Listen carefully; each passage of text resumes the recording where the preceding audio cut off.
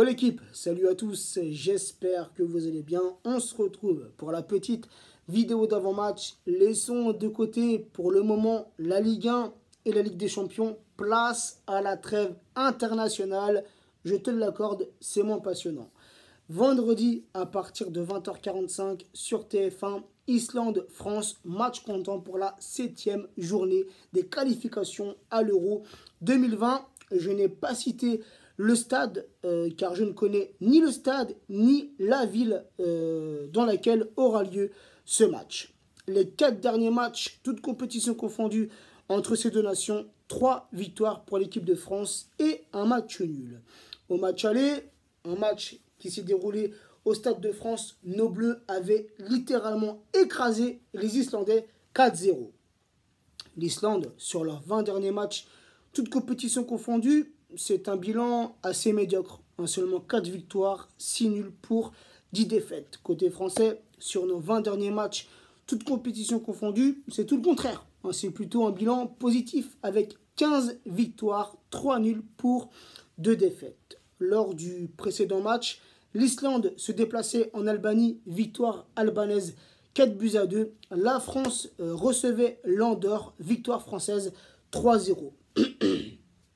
Concernant le groupe H, l'équipe de France est deuxième de ce groupe avec 15 points, 5 victoires, 0 nul, 1 défaite, 19 buts marqués pour 4 buts encaissés. L'équipe de France est la meilleure attaque de ce groupe. À la troisième place, l'Islande avec 12 points, 4 victoires, 0 nul, 2 défaites, 10 buts marqués pour 9 buts encaissés. Je tiens les amis à préciser que la Turquie est première de ce groupe avec 15 points. Donc la Turquie et la France sont à égalité au niveau des points. Mais la Turquie est devant par rapport aux buts encaissés. Donc les amis, vendredi et lundi, ça va être 2 matchs très importants. 2 matchs décisifs pour l'équipe de France. Il faut impérativement s'imposer les amis dans les 2 matchs. Il faut qu'on prenne les 6 points. Il ne faut pas penser à faire un petit nul. Il ne faut surtout pas penser à la défaite. Ça, c'est clair. Il faut absolument remporter ces 2 matchs. L'Islande et la Turquie sont nos 2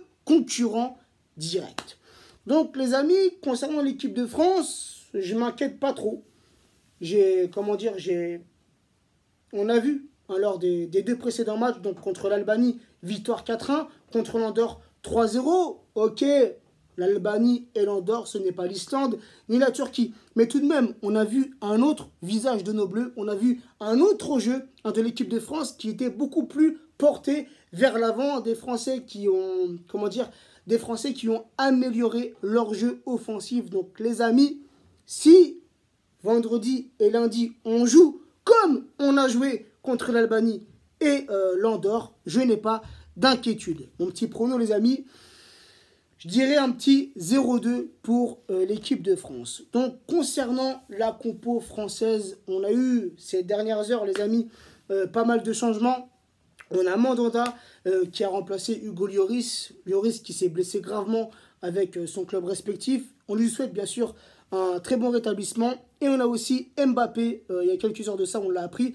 Mbappé qui sera remplacé par Alassane Pléa. Donc la petite compo française, les amis, contre l'Islande. Le 4-2-3-1, la compo phare de Dédé. Enfin, pas la compo, mais le système de jeu que Dédé aime beaucoup avec Mandanda. Dans les cages françaises, donc à la place de Lloris. Je pense que Mandanda sera le numéro 1.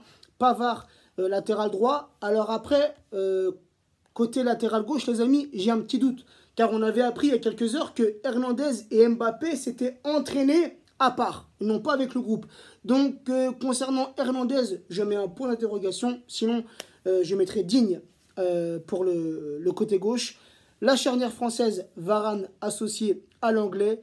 Nos deux milieux récupérateurs, Kanté associé à Ndombele. Je mettrai Griezmann dans ce rôle de numéro 10. Ikoné milieu côté gauche.